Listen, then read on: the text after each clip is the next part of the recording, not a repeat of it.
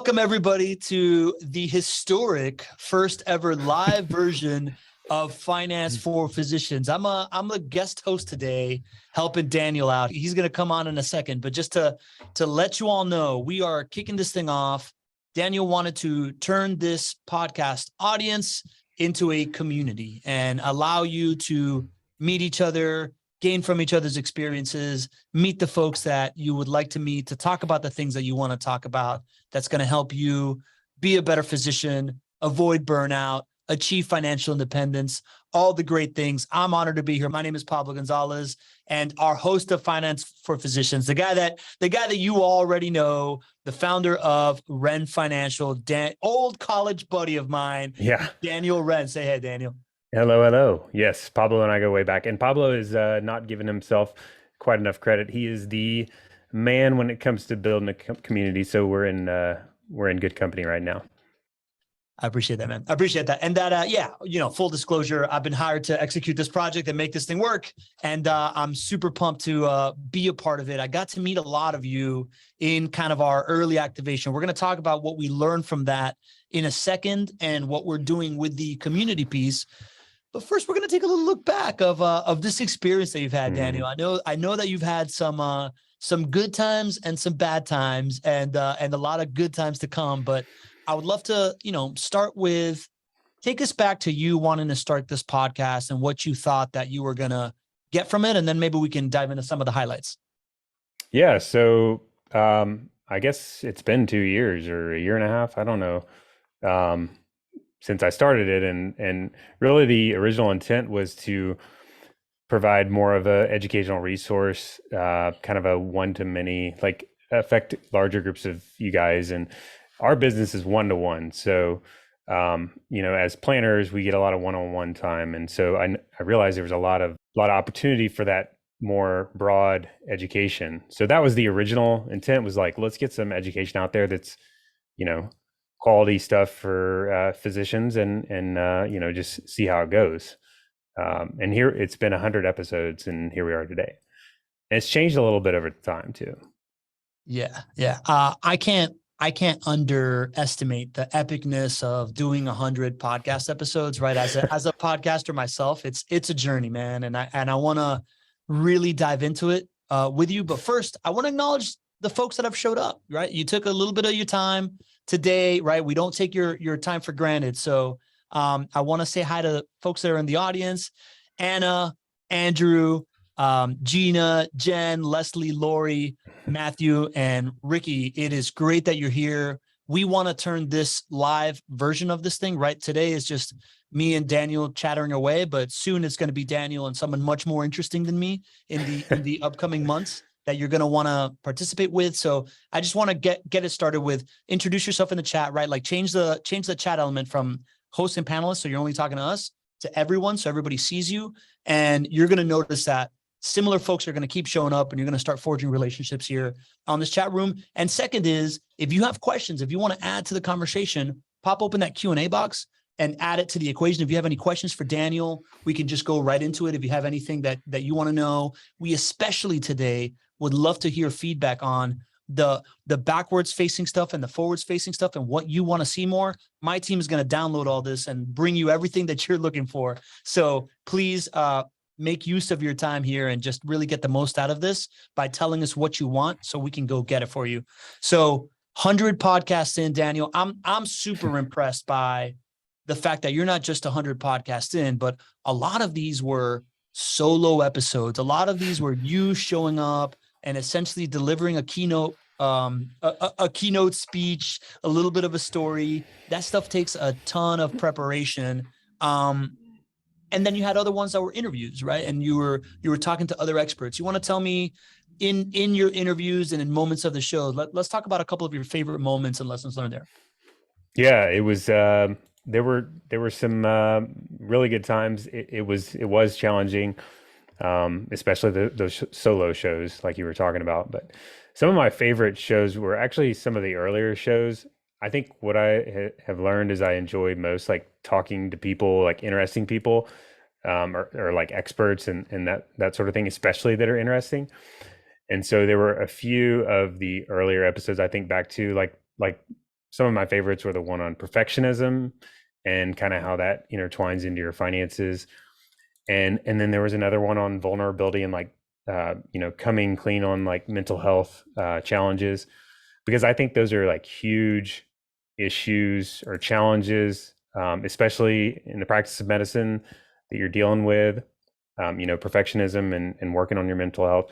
And these guys are like veteran physicians I'm talking to that like know their stuff. So one of them was a psychiatrist for physicians. The other one was a very experienced physician who had hidden his bipolar for years and years, and finally, like the way he described it, was came out of the closet with his bipolar, and talking about their story and how before and after, and the impact it had on their life. So especially the one about the his name was Dr. John Budin, was the guy that had struggled with hiding his bipolar. His story was amazing. Him just talking through like how that affected his career and the pressure to like keep that in, and then when he actually came clean on it and how it all worked out, that was an awesome conversation. It was one of those like it's like just any really good conversation with a friend. Like you're just into it, and it's almost like you forget you're doing like a podcast or whatever. Those were both great. I had a bunch of good like interview podcasts that I really love. Some with a few of our good friends and clients. The Browns talked about breaking away from primary care, and their struggles with starting to feel the burnout tinge. Those are all great episodes that come to mind. There's a bunch of them. I can keep going and going, but I think my favorites tended to be those conversational podcasts. It was just a lot more enjoyable, and I think the takeaways were a lot more concrete. Plus, I get to talk about finance all day long, and I'm like, this is an opportunity to really dig in with someone else. Yeah, man. That I wanna dive a little bit deeper into those, but a couple things that you mentioned, right? This idea that podcasts turn into these like fascinating conversations, right? We told this to some of your your community that was so kind enough to get on with our team to kind of find out a little bit more about them, that we are going to open up the breadth of this show to go a little bit beyond finance to the things that we've figured out that are useful, such as these discoveries that you made with like perfectionism and mental health and burnout is a really big theme. What really hit me when I was in your office is just how well you know physicians, right? So from that angle, I'm curious, the perfectionism thing, that to me seems very, normal to think that a physician struggles with perfectionism because the job demands it, right? Yeah, right. What was the downside of perfectionism when it comes to being a physician that you either learned on that show or things that you've seen? Yeah, so it's kind of like you said, it demands, the culture of medicine is like, must be perfect as much, at least as close as possible to perfection. So, and then the academic requirements on top of it, it's like you kind of have the overachievers that have done really well in life. And so, it's a tough, thing to balance, because on the one hand, it's like really positive, and it is. I mean, like if I think about going to a physician, I'm like, well, they better well be perfect, you know. But when you start to get into, so what I learned from that episode and that conversation and helped realize is when you start to apply it to real life. So this was with Dr. Michael Myers, and he described like going home to your family. Sometimes that's where it kind of the rubber meets the road with perfectionism. It's like, as physicians, you get trained to be, near perfect in your profession. But when you get home, it's like your family, all they want you to be is like imperfect. So, you can't be perfect and be like a dad and all that. It's just a tough balance. So it's like this back and forth with, work demanding perfection, and then home life. It's like, well, I have to be imperfect. So that's the struggle. And he painted the perfect picture of that. Yeah. That makes a lot of sense. This idea of when is enough on that side of things, right? Like, I feel like people that are so passionate about their career, so passionate about their missions, it's hard it's hard to turn that thing off, right? And Yeah. and you gotta be able to do it to find balance, which I know is within your core values, right? This like idea of like balance and teamwork and stuff like that. Um, we got a Q&A from Ricky Rosella already. So I Yeah. want to I know encourage Ricky. the Q&A. First of all, let us know in the chat, what is your, if I'm assuming that folks here have listened to the podcast before. I would love to hear kind of what your favorite episode was. If you have one, let us know in the chat. Would love to hear that, and we'll call it out too. But Ricky has a question here. He says, "Hey Daniel, well done, man. Episode 100 exclamation point. Have you seen your efforts and that of WCI, who I assume is White Coat Investor, POF? What's Position finance on fire. Physician on fire. Okay, cool. Yeah. I'm learning these acronyms myself, etc. Have resulted in more financially literate doctors and less being screwed by Northwestern Mutual? Or do you find that your new clients, or when you talk to new docs, they are still quite financially illiterate now, similar to previous years? What do you think about that, Dan? No, it's gotten a million times better, which is good news. When I started the business, so I started this business working one-on-one with physicians in this capacity in 2014.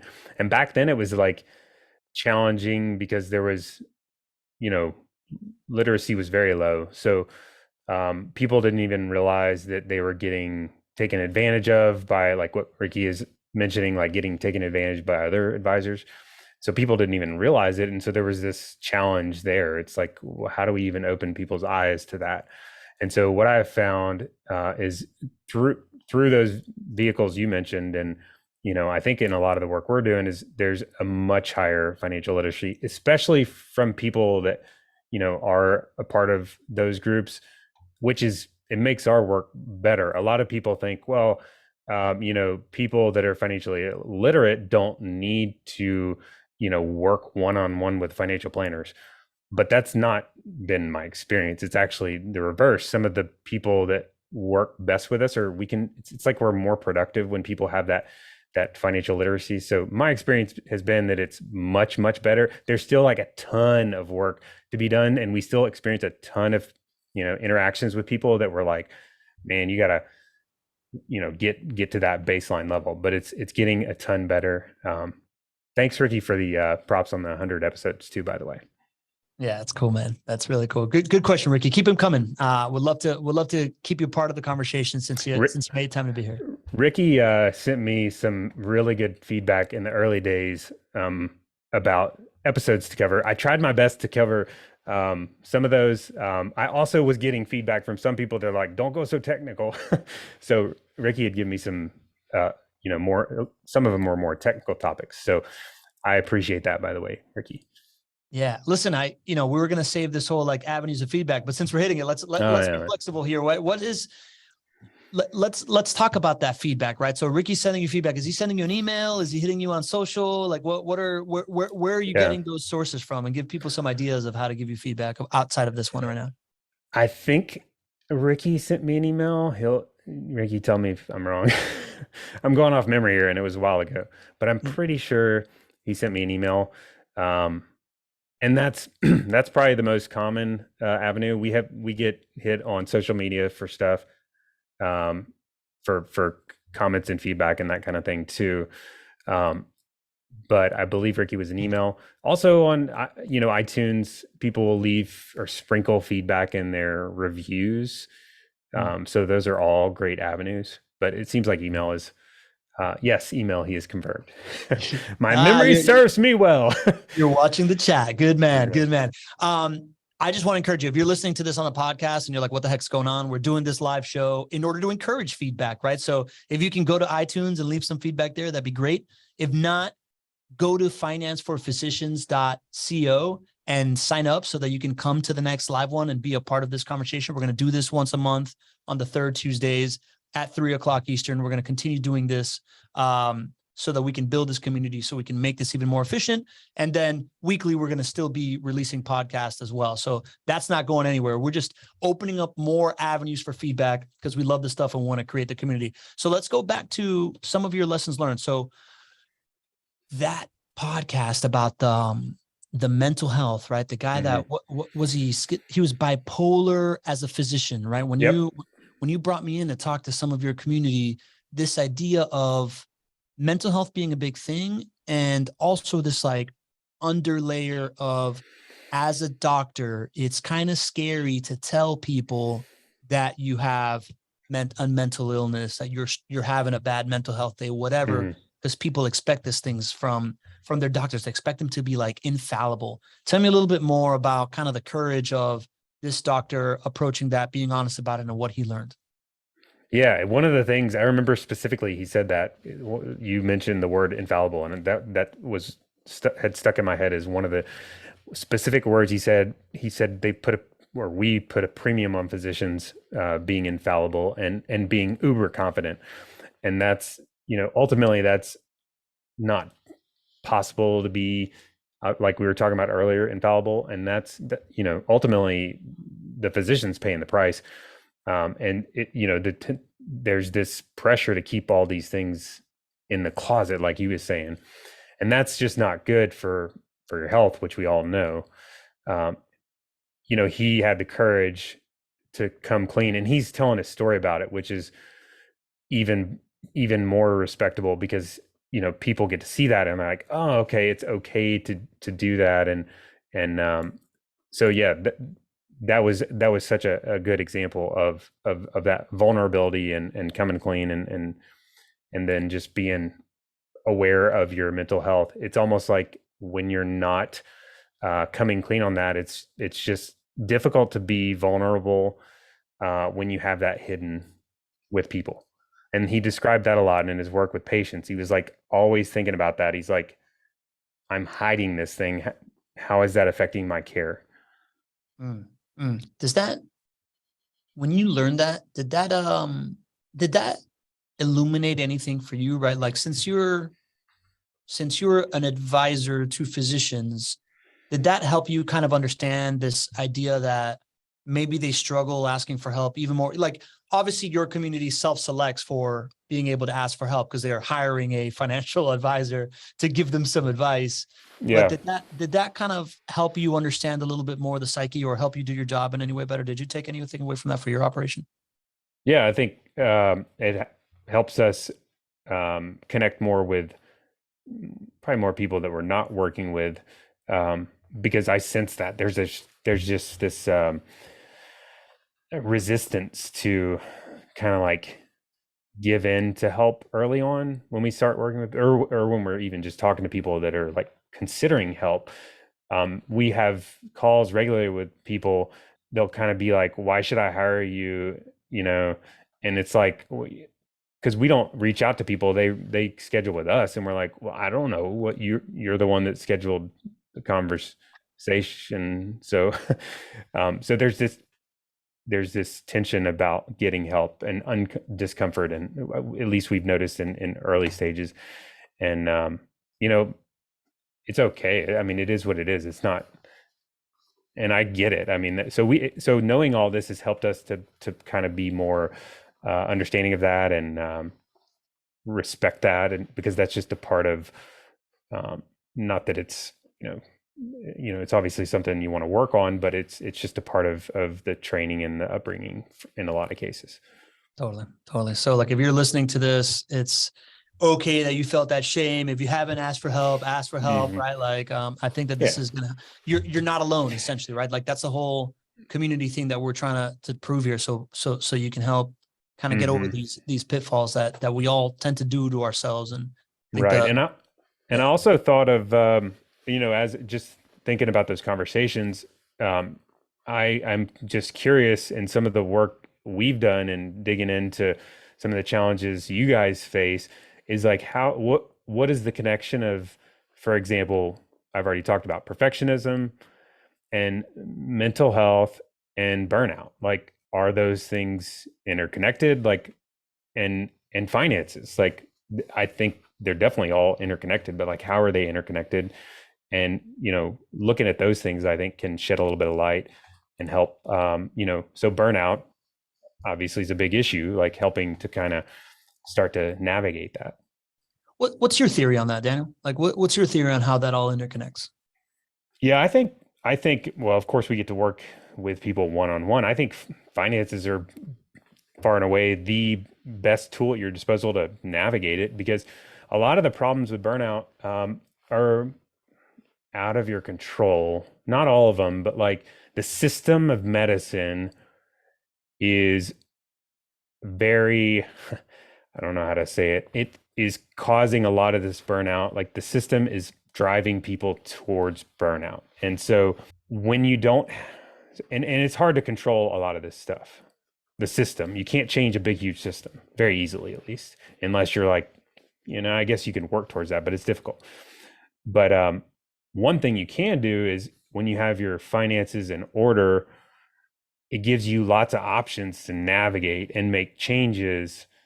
Imagine if you have plenty of finances, plenty of wealth, you can go create new ways of doing things or create a new system and help, or even change, on a smaller scale, change jobs or start up your own business. So I think the best tool, or buy help. I mean, you can pay for help. Like you can go pay to have a coach to help talk you through it, or pay for, indirectly pay for time away from work to go have a sweet vacation. Because like vacations are the best burnout cure. I mean, you can't, if you work all the time, it's going to fry you up. Like that's how humans are. And so you have to have money to go take a vacation. Yeah, man. I love how you put that, right? Because I'm going back to the handful of interviews I had the privilege to do, and it kept coming up. This idea that being in control of your finances is a way to stave off burnout for exactly the things that you're saying, right? We like to say money provides you options, right? But like you don't feel like you have those options if you're on this like hamster wheel of I need to make more in order to preserve these options. Whereas it feels like the work that you and your team are doing is this idea of having them be very aware of their options. Therefore, the options become real. And now this idea of like taking time off for a vacation or putting down for a for the home that they want that isn't going to then take away from their vacation, or even just knowing that you don't have to work an extra 3 shifts this next month because it's not going to really make a big difference on your down payment versus your mortgage. Those are the conversations that came up. That as you say all this, like it's pretty clear that not knowing that stuff is really stress inducing, right? Like it's got to add to the burnout. Yeah. I mean, we have worked with many families that go through major shifts to kind of like navigate. Not everybody has major shifts, but like navigating away from like a burnout situation, or maybe we're not calling it burnout. It's like a crappy job setup or whatever. It's, almost always intertwines with finances, like taking a lower paying job. We've had many people do that. That's a big deal. And you have to have, it's also an intimidating decision. It's like, what do you mean? Like, I can't take a lower paying job. That's crazy. But I mean, to me, you can't put a price on that. Like, yeah, you spend a lot of time in your work. Yeah. Correct. The quality of life based on like, can they buy your soul? Right. Makes a lot of sense, man. We got a couple of great questions already in the Q&A. I love the Q&A, right? We're gonna keep hitting it the more that you do it, so that we're encouraging more folks to join us live, so that we keep the conversation going exactly how you want. Lori Huff, Lori, thank you so much for participating. Hello, Lori. Yeah, she's got a question. You're here. Yeah, she says it seems as though real estate is a huge topic in the physician finance world these days. You've touched on this in podcasts before. I'd love to hear more discussion/podcasts with physician landlords. Do you have any of these coming up? Specifically, I'm interested in short-term rental investment property owners that are physicians and the tax benefits of that as well. Thanks again for all you and your team does. Congrats on 100 episodes. Yes, we completely, that's on the docket, real estate in general, and it's a huge deal. And we have lots of people that are in it. It's crazy how many people are interested in it and even in it. I think the challenge has been like finding the people that are doing it right. And there's a lot of like halfway, like I got one property. I don't have a plan. I'm kind of just rolling with flow, see how this thing works out. So our goal is to find somebody that's like doing it right, like running it like a business and doing the right things. And there's plenty of those people that work. Pablo knows a bunch of real estate people too, but I know of multiple people that are physicians doing it right, and we'll definitely have those on. We're going to have like a real estate focused kind of series in the future, and we'll definitely cover short-term rentals and then the taxes, like you said, that's a complete topic in itself, and that's we got tax people too for that. So Yeah, Lori, little teaser for you. We organize this thing as these like lanes of content that we're going to deliver to you. We're gonna review all of them kind of in the second half of this show right now. So real estate is definitely a domino piece right in the middle of all of that. So we're totally going to talk about that stuff. And just quick follow up on that, Daniel. From the doctors, from the physicians that you see doing this thing right, do you see, is there a mix of like activeness versus passiveness, or one type of real estate versus the other that you're seeing being particularly successful? Or are you kind of seeing the different people doing different ways based on their lifestyle succeed for them? no, I think there's a variety.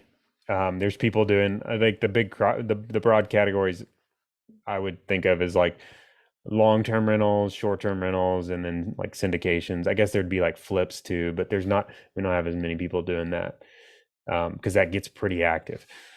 So yeah, I mean, we see a broad scope of those three biggies, and a lot of people are trying it out, which is good, and we encourage trying it out.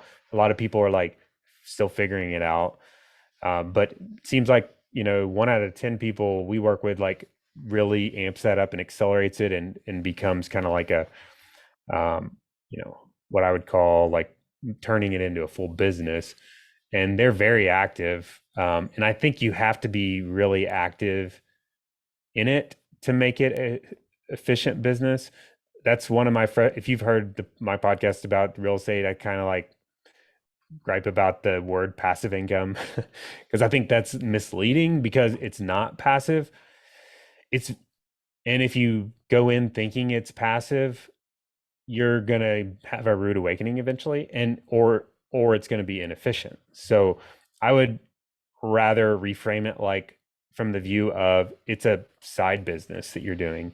And a side business, you want to be active in it because your efforts you put into it is going to make it more productive. So my experience has been that the people who are the most active have had the most successful businesses in real estate and really in any business. Great take, man. That's super illuminating. All right, Matthew Smith's got another great question. Matthew, happy to have you here, man. What's up, Matt? I know Matt. It's Matt. All right. I feel like everybody knows a Matt Smith, so I don't know if it's the Matt, right? This is the Matt Smith. This is the Matt Smith. Yeah. Good to know. Matt says, with this being the 100th episode, maybe it would be fun / interesting to share what you think was one of the worst financial decisions you have seen a physician make. And then what has been some of the best success stories in helping someone? I don't think physicians ever make bad decisions. I'm just kidding. I'm going to talk like broadly. I think the biggest mistakes tend to revolve around all the decisions are made around starting in practice usually, and particularly the house decision. So I've seen the most royal mistakes around that house decision, particularly when transitioning into practice, because it's like massive decisions all at once. It's like, it's easy, I'm sure, to get just kind of caught up in it all and just start rolling with it and taking realtor recommendations, and mortgage brokers are telling you can afford this and whatever. And so it seems like that's probably the most common, costly, at least, mistake, because that's also a sneaky mistake. It's like your buddies don't even know it because you got a sweet house and you're like having them over and they're like, this is a pretty nice place. You must be doing well. And it's like, you don't really realize on the surface that that's like could be the cause of like you having to be stuck in a job that you hate, going back to the burnout thing. So that's probably the most common mistake, is revolving around those transitionary periods, particularly the house. As far as success stories, my favorite success stories of all, like no question, are when people are like, screw it, I'm out, like on a situation that's problematic. So the job situation, we've had a lot of clients lately that are just fried at their work. And some of my favorites are scenarios where, and we've had multiple people do this, scenarios where they're like, um, draw a hard line or I'm out to their job. And so they, maybe they take a lower paying job somewhere else, and they're doing it for the right reasons. They're not doing it for the money. Yeah, man, that's got to be really cool, right? Like the whole like, no, no, no, I'm on my own terms. Drawing your own line, drawing your own boundaries. It's got to be super rewarding. And being the person that enables that has got to be awesome. What is the common thread with those that are able to draw that line and call their shot when they're fed up and say enough is enough? Like naming your own price before you get to it. It's kind of how I see it. Yeah, I think being aware of what your options are. I think we kind of implied this earlier. Knowing that you're going to be okay even if you take a lower paying job. Um, I remember when I left my position and started this business, and I had just had my first kid and bought a house and everything. I'm like, so going from steady income to no income, didn't pay myself the first year, and it was very stressful at times. But what allowed me to do it is I had the finances in my head worked out to where I knew, things would be okay, like at a baseline level. So I think most people, that's kind of like baseline necessity level, need to understand that they're going to be okay at a baseline level. And for me in that situation, it was like, once I have that, I'm like all over it, and I'm like making moves fast because I know I can still live a, okay life, modest lifestyle, and get away from this thing that's not great. So it seems like that's the common thread, is like, if we can get the plan, basically, like if we can get a good plan together, that's always the foundation. Now from there, there's a lot to it. I mean, it takes a lot of courage to go in there and do that kind of thing. Sometimes that's a challenge for people, but once they know they have options, it's a big start. Yeah, that makes a lot of sense, man. I'm trying to think of the last time that I did that. It was because I had money in the bank and I knew that I could survive for for a year Hmm. in order to like build this business and do what I have to do, right? So what I'm Yeah. hearing from you is basically just like knowing that your bases are covered, and then being able to just say, okay, well, I can play for this upside because my baseline is covered, and I know Mhm. when enough is enough that I got to go back to this other thing, right? Yeah, and I think also the view of money like is helpful. Like, how do you view money? Do you view money as like a tool or the end goal? A lot of times people, the pull on all of us is to like kind of get caught up in money and like see it as like more money is always better. But like, I think when people can view money as like a tool, really just a tool, simple, it's simply a tool to kind of allow you to move towards better life. So if you kind of have that, view or philosophy, like if you've kind of acknowledged that, that is super helpful, because at that point it's like, well, what's the point of this if all it's doing is making me unhappy? Yeah, yeah, I like that. I like that reframe, seeing it as a tool as opposed to this like thing that you need to have or not have. It's just something that you can use in whatever way you have it. I like that, man. Let's go back to, you talked about the Browns and this like leap into entrepreneurship. Mm. Tell me a little bit more about that episode and what you learned from them and what works for them. Yeah, so they were a couple that had started in primary care and were working in like this, I guess, the classic hospital system, in a clinic, and were early on, feeling good, but pretty quickly started to feel like the pressures that a lot of physicians are feeling now with like the, produce more, like see more people, squeeze, I guess the squeeze overall. And, they were starting to feel like they were having a hard time providing like the care that they had envisioned they'd be providing. And so there was all this pressure, and they're like, this is just not good. Like, we don't like this. And um, so they had kind of this realization that, like I was talking about earlier, they're like, well, it's not worth all the money in the world to continue to do this. And I'm really not getting paid all the money in the world. I'm getting paid less than that. So they're like, we're out. And so they basically went down the path of starting their own concierge practice from scratch. which is like super bold and courageous and difficult. And just made the jump, started the practice, and it's so the podcast conversation is like multiple years later after they've started the concierge practice, which is doing fantastically well now. Fast forward to today, but they kind of talk through that journey, and it's super cool because of just hearing them talk through that. It's not like they were not fearful, like they had concerns and stressors along the way, but it was all like kind of the right stress. Interesting. So the right stress versus the wrong stress, right? How do you tell me a little bit more about that? What is the right stress then? Yeah, I think it's different when it's on your terms, and it's different when it's alignment with your values. So it's like the hospital system was like putting stress on them, like see more patients, deliver crappy care, and we want you to squeeze more in the day, and we want you to spend less time with your family, and there's no time to go. If you're going to go to your daughter's event, you got to take a whole day off, paid time off, not just a sliver. And there's all these things that were adding up that were like, this is not in so those stressors were like completely not in alignment with their values. Now when they have their business, like they're stressors, but like they're doing the thing that they love. Yeah. It's like stress that fills your bucket. It's just Right. stress for like filling your bucket as opposed to stress to not spilling your bucket, right? Like, yeah, that's cool, man. I like that a lot. Speaking of stressors, what were the lowlights of this content production journey, Daniel? What was the things that you didn't enjoy so much? I think so. The interview podcasts are engaging and my favorite, but they're challenging in a different way. Like you have to like logistically schedule and coordinate and prepare more, at least for me, because I can do these solo shows kind of in my sleep because I talk about this all the time. We have a lot more preparation, a lot more follow-up.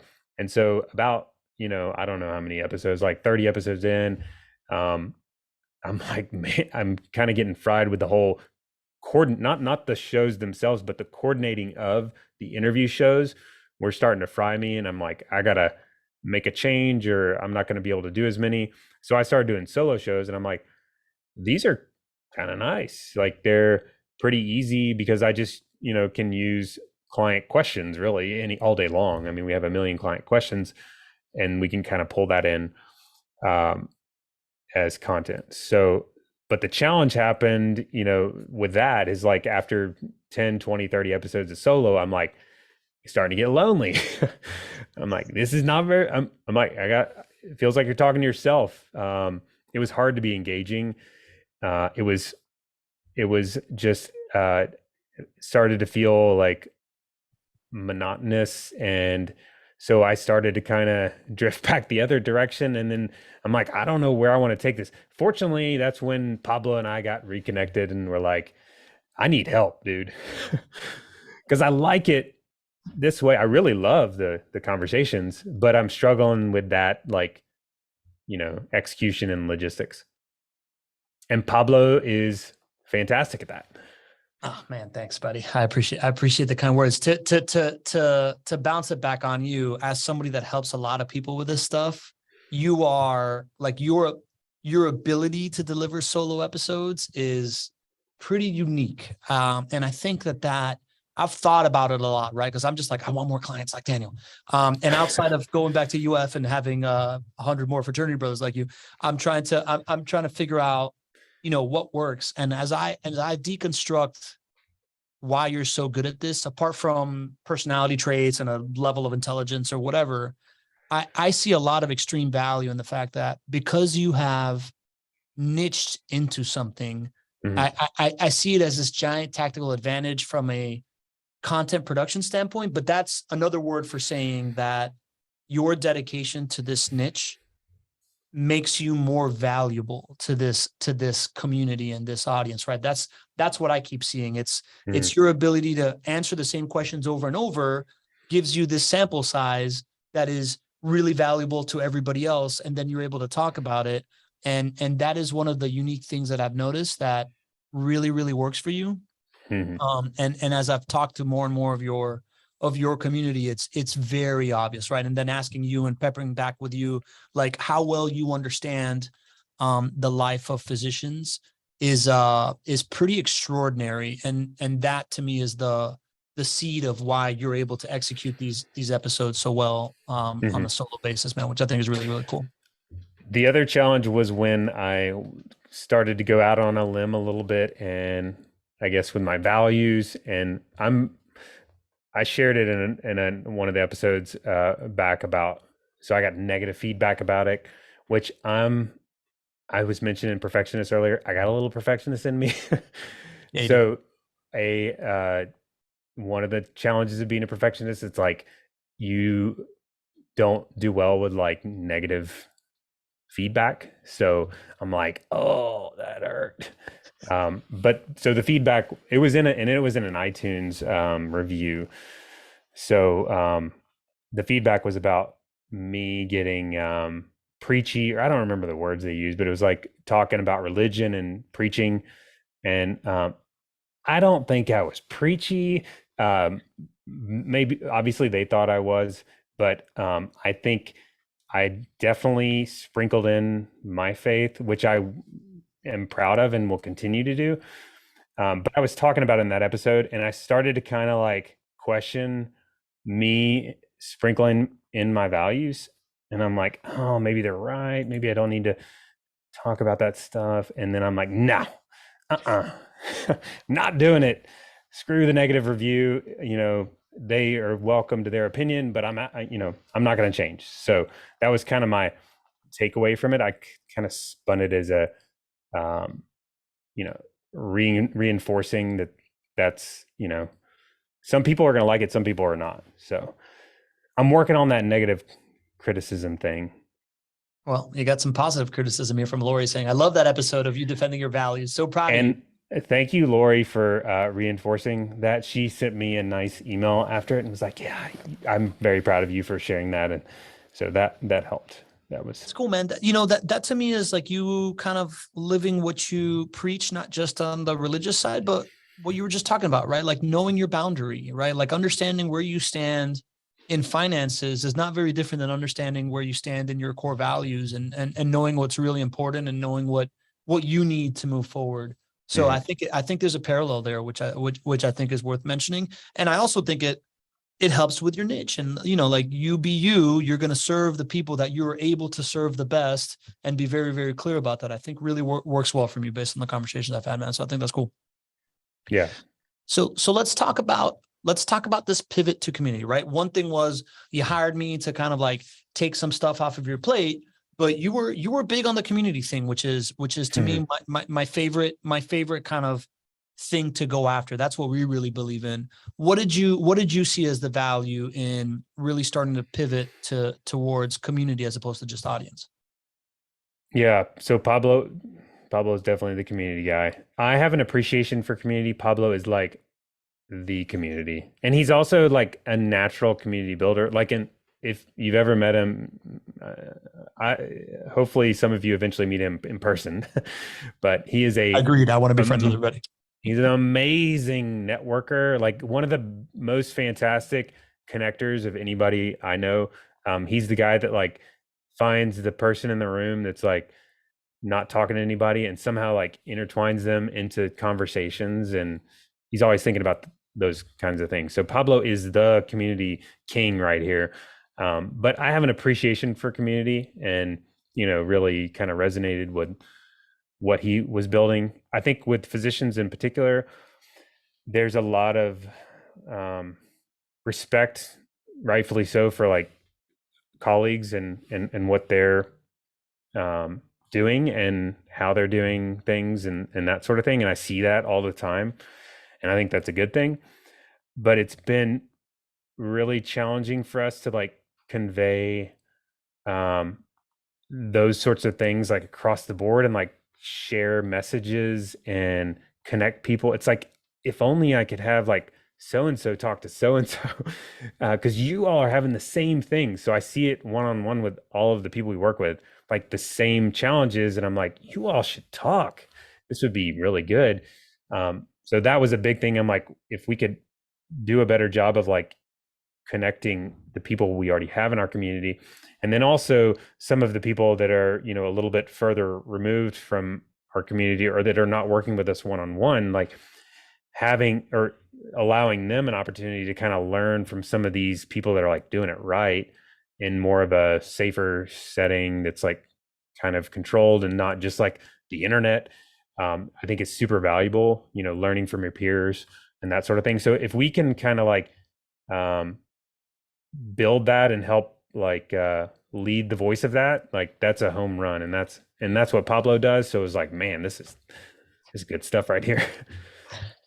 I appreciate the kind words, man. I love that you're fully all in on this concept, right? And so everybody is very clear when we talk about community, there is, you know, two kind of like ways that we are enabling that. One is these live shows, right? The idea that all communities generally have like some kind of ritual and some kind of place where everybody gathers at one time and allows people to be part of a greater conversation and sometimes get to be on the stage talking to everybody else. Other times get to be in the audience interacting with the stage, other times just in the audience interacting with each other. That's fully what we're trying to like forge here on these monthly live shows that maybe one day we turn into twice a month live shows. But otherwise, in between that time, we want you all going to the Finance for Physicians Facebook group.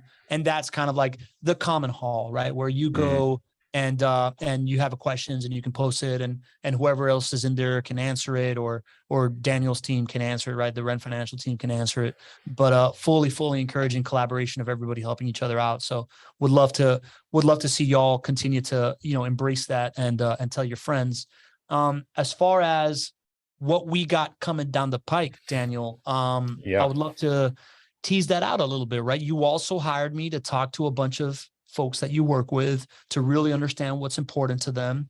And we came up with these content lanes that we're gonna keep driving down, right? Like obviously there's the finance content lane, right? Of that, we're talking about real estate, of course.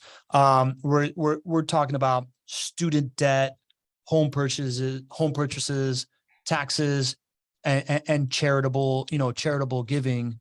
I feel like that's kind of like fastball down the plate for you, man. You know, like we're going to bring on experts from those fields, but I would love to hear from the community that's right now in the chat if there's anything that I didn't mention in there on the finances side. But anything in there that I feel like you've hit most of these already on your podcast, but anything come to mind that you are particularly like looking forward to there or any kind of nuance towards that? Yeah. Also, I'll throw out some other topics that I think Pablo didn't mention. Like one of the ones I'm excited about talking more about is like finance for families. So like talking about spousal communication. And then, in fact, I recorded an episode I'm really excited about with my wife and we talk about our money stuff. So she's super direct, which is cool. Yeah. Pablo's met her. Yeah, that's cool. So you're mentioning another lane that we have, right? This like life of the doctor kind of lane. That's where I put the home economic stuff, the finance, communicating with your spouse, teaching your children about money. Yeah, raising kids and teaching them about money, the home economics, that stuff. Yeah, tell me more about that. Yeah, and I mean that's a big topic in itself, and that's kind of like, I mean, there's a lot you can do there, and I think a lot of people are intimidated with that because they're like, I got to learn financial literacy myself first, but like that's not exactly true. And so getting into that, I think, because it's one of my biggest values is like raising my children, and I know a lot of you guys listening, that's a big deal for you guys. So we're going to definitely dig into like that as a topic, like finance for families. Real estate, like Lori said, that's going to be kind of its own category. I used to kind of think of it like investing as a category, but like real estate's different. It's like a subcategory. So we'll definitely have that be its own category, like real estate investing and like all the different short-term rentals, long-term rentals, taxes, all that stuff. Yeah, cool, man. Ricky coming in with another question, man. I love it, Ricky. You're officially the MVP of the community so far with 2 questions in. So we're going to keep track of that stuff. But Ricky's asking, I look forward to more episodes on behavioral finance. What have you guys found is the most common behavioral bias amongst doctors that hurt their investing? Is it overconfidence? Is it Yes. limiting beliefs that not enough time or not good at finances? Keeping up with the Joneses? Which one of those? Yeah, that's a good point, and that's on the list. I'm kind of calling this one. I mean, behavioral finance and the psychology of money and all that stuff. I love that stuff, and it's definitely a beast of a topic in itself. I think overconfidence is a big deal. It's a struggle, especially early on. It's like younger folks that haven't had the mistakes yet, and so that's probably the most common one we see is overconfidence. And I'm also not exactly sure how to. We were talking about this today with some of my colleagues. Like, what is the best way to work or help someone that's overconfident? Like I think and this is me selfishly talking because I want to help these people work through these things. And people don't. That's the thing about these is people don't realize that they have them often. So that's kind of part of it. It's like overconfident people don't say they're overconfident. They're like, no, I'm just better. What are you talking about? So that's probably, I would say overconfidence is the number one issue, but there's a lot of them, and we'll definitely cover those. That's kind of its own separate category as well. Love that. Yeah. Anna agrees, by the way. Anna Villalobos says, I love the financial therapy episode. Would love to see more content on the psychology of finance. I think we're all in the same boat there. We're all amateur psychologists in this room. It feels like, right? Yep. And so the financial therapy one was great. I loved it too. And I actually did some stuff he was suggesting after that. I'm like, oh, I want to walk through my timeline of my life and money. And it was kind of eye-opening myself, but I'm a believer that everybody needs or should, at some point go to a therapist and that sort of thing. And I think all of us are like human and have, flaws and that sort of stuff. So that definitely affects your money big time. So there's a lot of interconnectivity with all this stuff. That's a really good bridge to kind of this giant lane that we identified that I think was on you had deeply thought about it, because as soon as I started asking you about it, you had all sorts of thoughts, but maybe you hadn't realized that there's a real value in having this as a whole lane. But the topic of burnout, right? Like, and everything that comes with it, right? The mental health resources, the misconceptions, the causes, the financial implications, and this idea of do-it-yourself internal mental health resources versus alternative care and going to therapists just all together. We realize it's going to be a big part of the conversation because we want to champion that part of it, man. Outside of therapy in general, what do you see as kind of the more nuanced conversation there, or what you're most looking forward to there?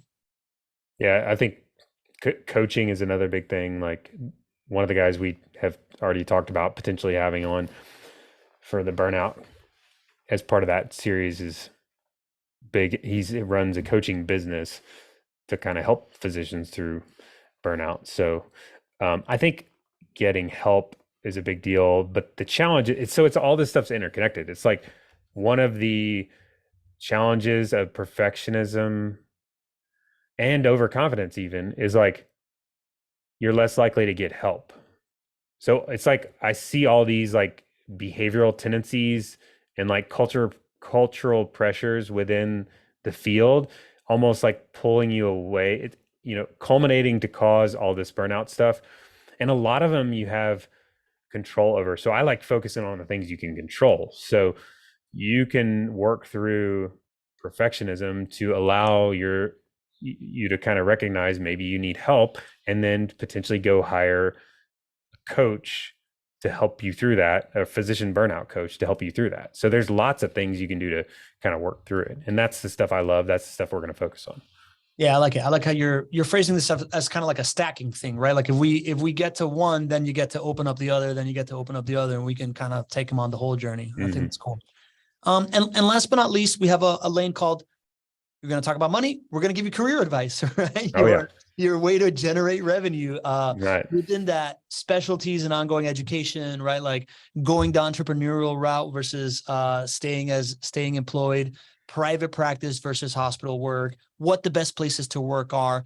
And I think one of the ones that I've uncovered recently is this idea of personal branding for a physician and how that can, if we're going to talk about calling your own shot, this idea that I really, really believe in, which is why I'm so into making content and all this stuff, is like, if you can personally brand yourself successfully, that's kind of like the ultimate moat of like career and entrepreneurship and whatnot. What do you think of that?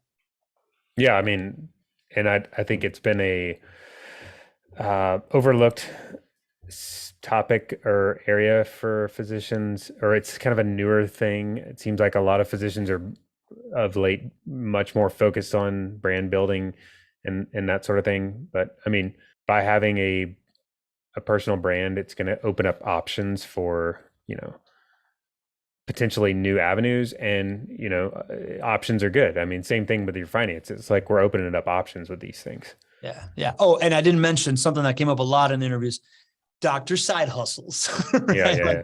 What are those alternative revenue sources? What else can you do with an MD? Things of that sort. I think is going to be an interesting topic. Yep. Yeah, that'll be fun. And so there's a lot of those, real estate kind of falls into that category a little bit.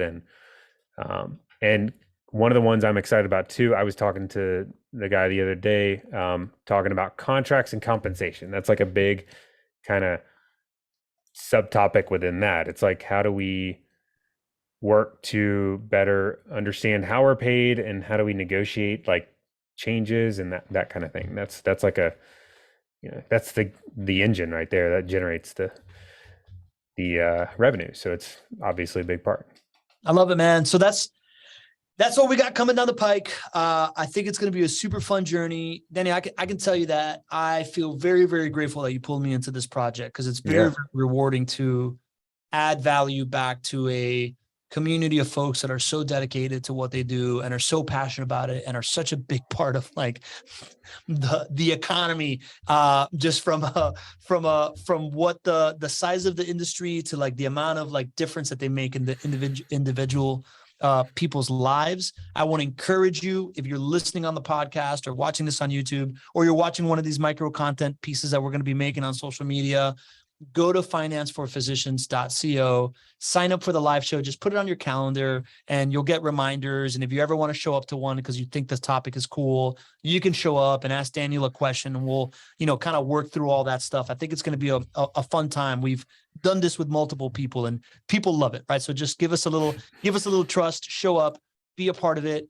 Join the Facebook group if you find Finance for Physicians in the Facebook group. I really, really want to thank the 14 people that were on live with us today. It is your doctors. Like, I know that an hour of your time is unbelievably valuable. So we're going to strive to make this really, really, really valuable. And Daniel, I'm going to let you get off with last words, but I got one last question for you, man. Mm-hmm. What do you love about what you do?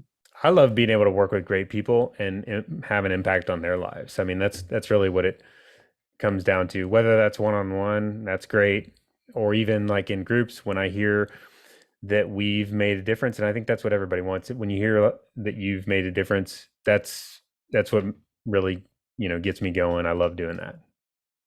Love that, man. Love that. All right. Say goodbye. Say goodbye to the folks that showed up for you today, man. This is cool. Thank you for letting me be a part of it, bud. Yes. Thank you for coming, everyone. And I look forward to seeing you next time.